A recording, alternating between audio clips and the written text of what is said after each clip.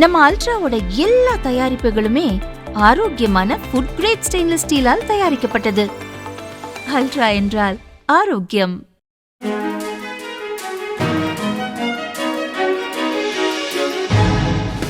தட்டை, சீடை, முறுக்கு, ரிப்பன் பக்கோடா, அதிரசம், என்ன வேணாலும் செய்யுங்க. ஒரே ஒரு 5 லிட்டர் இதய மந்த்ரா கடல் எண்ணெய் பேக் ஒரு மாசம் முழுசுக்கும் அத்தனை சமையல முடிச்சு விடலாம். இதய மந்த்ரா. வணக்கம். செய்தி சுருக்கம். சிஎம் வேட்பாளர் யார் அறிவிக்காத அமித்ஷா, பழனிசாமிக்கு சந்தேகம். தமிழகத்தில் அதிமுக பாரதிய ஜனதா கூட்டணியை அமித்ஷா அறிவித்த போது பழனிசாமி தலைமையில் தேசிய ஜனநாயக கூட்டணி ஆட்சி அமையும் என்றார். தமிழகத்தில் கூட்டணி ஆட்சி அமையும் என அமித்ஷா கூறியதாக தகவல் வெளியானது. அதை பழனிசாமி மறுத்தார். கூட்டணி ஆட்சிதான், கூட்டணி அரசு இல்லை என விளக்கமளித்தார். அதிமுக முன்னாள் அமைச்சர்களும் கூட்டணி ஆட்சிக்கு தமிழகத்தில் வாய்ப்பில்லை என்றனர். இப்பிரச்சினை முடிவுக்கு வந்த சூழலில் சமீபத்தில் அமித்ஷா அளித்த பேட்டியில் தமிழகத்தில் தேசிய ஜனநாயக கூட்டணி ஆட்சி அமைக்கும், அதில் பாரதிய ஜனதா அங்கம் வகிக்கும், அதிமுகவில் இருந்து ஒருவர் முதல்வர் ஆவார் என கூறியிருந்தார். ஆட்சியில் பாரதிய ஜனதா அங்கம் மற்றும் முதல்வர் வேட்பாளராக தன் பெயரை கூறாததும் பழனிசாமிக்கு அதிர்ச்சியை அளித்தது. அதிமுக மாநில நிர்வாகிகள், மாவட்ட செயலர்கள் இதுகுறித்து கேள்வி எழுப்பத் தொடங்கினர். இதுகுறித்து வெளியில் யாரும் பேச வேண்டாம் என பழனிசாமி உத்தரவிட்டதாக கூறப்படுகிறது. இந்த சூழலில் வரும் 7 கொங்கு மண்டலத்தில் இருந்து தேர்தல் சுற்றுப்பயணத்தை பழனிசாமி துவக்க உள்ளார். அப்போது முதல்வர் வேட்பாளராக தன்னை பிரகடனப்படுத்தும் வகையில் மக்களை காப்போம், தமிழகத்தை மீட்போம் என்ற திட்டத்தை வகுத்துள்ளார். இதுகுறித்து அதிமுக மூத்த நிர்வாகிகள் சிலர் கூறியதாவது: சமீபத்தில் கோவையில் RSS தலைவர் மோகன் பகவத்தை முன்னாள் அமைச்சர் SP வேலுமணி சந்தித்து பேசினார். அவர்களின் சந்திப்பு தமிழக அரசியலில் முக்கியத்துவம் பெற்றுள்ளது. அதே நேரம் அமித்ஷா அளித்த பேட்டியில் கூட்டணி வெற்றி பெற்றால் பழனிசாமி முதல்வராவார் என அவருடைய பெயரை குறிப்பிடவில்லை. இது பழனிசாமி மற்றும் அவருடைய ஆதரவாளர்களுக்கு பெருத்த சந்தேகத்தை ஏற்படுத்தியுள்ளது. தேர்தல் முடிவுக்கு பின் வேலுமணி, தங்கமணி, செங்கோட்டையன் உள்ளிட்டோரில் யாராவது ஒருவரை முதல்வராக்க பாரதிய ஜனதா தரப்பு திட்டமிடுகிறதோ என்ற சந்தேகம் எழுந்துள்ளது. பாரதிய ஜனதாவிடம் இப்படிப்பட்ட முயற்சிகள் எதுவும் இருந்தால் அதை உடனே களைந்துவிட வேண்டுமென பழனிசாமி விரும்புகிறார். கட்சி சின்னம் குறித்த பிரச்சினைக்கு விரைவில் தீர்வு காண பழனிசாமி நடவடிக்கை எடுத்து வருகிறார். இது தொடர்பான விசாரணையை கோர்ட் ஜூலை 4க்கு ஒத்திவைத்துள்ளது. அதேபோல சுற்றுப்பயணத்தின் போது தன்னை முதல்வர் வேட்பாளராக பிரகடனப்படுத்தி அதை மக்கள் மத்தியில் பதிய வைத்துவிட வேண்டும் என்ற தீவிரத்தில் பழனிசாமி உள்ளார். அதிமுக IT அணியினரும் முதல்வர் வேட்பாளராக பழனிசாமியை முன்னிறுத்தி பல நிகழ்ச்சிகளை நடத்த உள்ளனர் என்றனர். அன்புமணி திடீர் டெல்லி பயணம், அமித்ஷாவை சந்திக்க திட்டம். பாமக நிறுவனர் ராமதாஸ் மற்றும் அவரது மகனும் கட்சியின் தலைவருமான அன்புமணி இடையே மோதல் போக்கு நிலவி வருகிறது. இருவரும் ஒருவரின் ஆதரவாளரை மற்றொருவர் கட்சி பொறுப்பிலிருந்து நீக்குவதும் நியமிப்பதுமான நிகழ்வுகள் நடந்து வருகின்றன. மேலும் இரு தரப்புக்கும் இடையே கடுமையான சொற்போரும் நடந்து வருகிறது. இதனால் கட்சி பிளவுபடும் நிலை ஏற்பட்டுள்ளது. இந்த நிலையில் அன்புமணி திடீர் பயணமாக நேற்று மாலை 6 மணிக்கு டெல்லி புறப்பட்டு சென்றார். அங்கு அவர் மத்திய உள்துறை அமைச்சர் அமித்ஷா மற்றும் இந்திய தேர்தல் ஆணையத்தின் தலைமை தேர்தல் அதிகாரிகளை சந்திக்க இருப்பதாக கூறப்படுகிறது.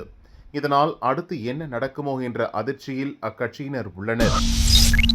விரைவில் பொதுக்குழு கூட்டம், பாமக நிறுவனர் ராமதாஸ் திட்டம். பாமக நிறுவனர் ராமதாஸ், தலைவர் அன்புமணி இடையே மோதல் போக்கு அதிகரித்து வருகிறது. இந்த நிலையில் சென்னை சோழிங்கநல்லூரில் பாமக சமூக ஊடக பேரவை கூட்டத்தை அன்புமணி நேற்று முன்தினம் கூட்டினார்.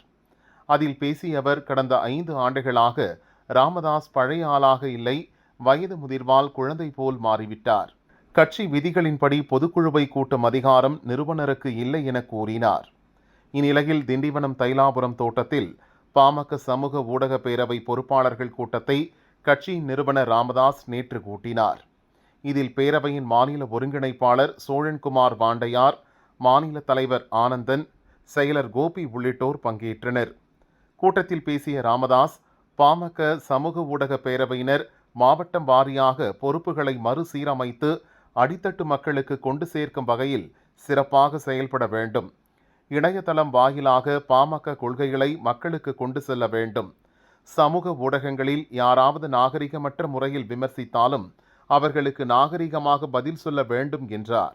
நேற்று முன்தினம் ராமதாஸை குழந்தை என அன்புமணி விமர்சித்த நிலையில் அதற்கு ராமதாஸ் பதிலளிப்பார் என எதிர்பார்க்கப்பட்டது. ஆனால் எந்த கருத்தும் கூறாமல் மௌனமாக இருந்தார். ஆனால் விரைவில் பொதுக்குழுவை கூட்டுவது குறித்து கட்சியினருடன் அவர் ஆலோசித்ததாக கூறப்படுகிறது. வீட்டு மின் இணைப்புகளுக்கு கட்டண உயர்வு இல்லை. அமைச்சர் சிவசங்கர் விளக்கம். வீட்டு மின் இணைப்புகளுக்கு எவ்வித மின்கட்டண உயர்வும் இல்லை என்று அமைச்சர் சிவசங்கர் கூறியுள்ளார். மின்கட்டணம் உயர்த்தப்பட உள்ளதாக அதிகாரப்பூர்வமற்ற தகவல்கள் பரவி வந்த நிலையில் வீட்டு மின் இணைப்புகளுக்கு எவ்வித மின்கட்டண உயர்வும் இல்லை என மே 20 விளக்கம் அளிக்கப்பட்டது. எனினும் மின்கட்டணம் குறித்து மறுபடியும் வதந்திகள் பரவி வருவதால் இதுகுறித்து மீண்டும் அரசின் சார்பில் தெளிவுபடுத்தப்படுகிறது. தற்சமயம் மின்கட்டண உயர்வு குறித்து எவ்வித ஆணையும் தமிழ்நாடு மின்சார ஒழுங்குமுறை ஆணையத்தால் வெளியிடப்படவில்லை. முதல்வரின் வழிகாட்டுதலின்படி ஒழுங்குமுறை ஆணையம் மின்கட்டணம் தொடர்பாக ஏதேனும் ஆணை வழங்கினாலும் அதை நடைமுறைப்படுத்தும் போது வீட்டு மின் நுகர்வோருக்கு எவ்வித பாதிப்பும் ஏற்படாத வகையில் எந்த ஒரு மின்கட்டண உயர்வும் இருக்காது. தற்போது வழங்கப்படும் 100 யூனிட் இலவச மின்சாரம் உள்ளிட்ட அனைத்து சலுகைகளும் தொடர்ந்து வழங்கப்படும் என அமைச்சர் சிவசங்கர் மீண்டும் திட்டவட்டமாக தெரிவித்துள்ளார். எனவே மின்கட்டண உயர்வு குறித்த தேவையற்ற வதந்திகளை பொதுமக்கள் நம்ப வேண்டாம் என தெரிவிக்கப்பட்டுள்ளது. தமிழகம் புதுச்சேரியில் ஜூலை 5 வரை மழைக்கு வாய்ப்பு. மேற்கு திசை காற்றின் வேக மாறுபாடு காரணமாக இன்று முதல் 5ஆம் தேதி வரை தமிழகம், புதுச்சேரி, காரைக்கால் பகுதிகளில் சில இடங்களில் இடி மின்னலுடன் மழை பெய்யும் என சென்னை வானிலை மையம் தெரிவித்துள்ளது. அதேபோல இன்றும் நாளையும் சில இடங்களில் அதிகபட்ச வெப்பநிலை வழக்கத்தை விட 3 டிகிரி செல்சியஸ் அதிகமாக பதிவாகும் எனவும் குறிப்பிடப்பட்டுள்ளது. ஜூலை 1, 2ஆம் தேதிகளில் ஓரிரு இடங்களில் லேசானது முதல் மிதமான மழையும், வரும் 3ஆம் தேதி ஓரிரு இடங்களில் இடி மின்னலுடன் கூடிய மிதமான மழையும், 4, 5ஆம் தேதிகளில் ஓரிரு இடங்களில் லேசானது முதல் மிதமான மழையும் பெய்ய வாய்ப்புள்ளது. சென்னை மற்றும் புறநகர் பகுதிகளில் இன்று வானம் ஓரளவு மேகமூட்டத்துடன் காணப்படும். நகரின் ஒரு சில பகுதிகளில் இடி மின்னலுடன் மழை பெய்யலாம் எனவும் தெரிவிக்கப்பட்டுள்ளது. மும்மொழி கொள்கையை வாபஸ் பெற்றது மகாராஷ்டிரா. ஹிந்தி எதிர்ப்புக்கு மத்தியில் திடீர் முடிவு. மகாராஷ்டிரா பள்ளிகளில் 1 முதல் 5ஆம் வகுப்பு வரை மராத்தி, ஆங்கிலத்துக்கு அடுத்த 3வது மொழியாக ஹிந்தி கற்பிக்கப்பட வேண்டும் என்று கடந்த ஏப்ரலில் மாநில அரசு உத்தரவிட்டது. ஆனால் ஹிந்தி மொழியை திணிப்பதாக எதிர்க்கட்சிகள் மற்றும் பிற அமைப்புகள் எதிர்த்தன. இதனால் அரசின் அந்த உத்தரவு மாற்றப்பட்டது. ஹிந்தி கட்டாயம் அல்ல, விருப்ப மொழியாக கற்பித்தால் போதும் என கடந்த 17ஆம் தேதி அறிவிக்கப்பட்டது. ஒரு வகுப்பில் குறைந்தது 20 மாணவர்கள் ஹிந்தி தவிர வேறு இந்திய மொழியை கற்றுக்கொள்ள ஆர்வம் காட்டினாலும் தனியாக ஆசிரியரை நியமிக்க அல்லது ஆன்லைனில் கற்றுத்தர அந்த பள்ளி ஏற்பாடு செய்ய வேண்டும் என அந்த உத்தரவில் கூறப்பட்டிருந்தது. இச்சூழலில் மும்மொழி கற்பிக்கும் கொள்கையை ரத்து செய்வதாக மகாராஷ்டிரா அரசு அறிவித்தது. அமைச்சரவை கூட்டத்தில் இந்த முடிவெடுக்கப்பட்டதாக முதல்வர் தேவேந்திர ஃபட்னவிஸ் தெரிவித்தார்.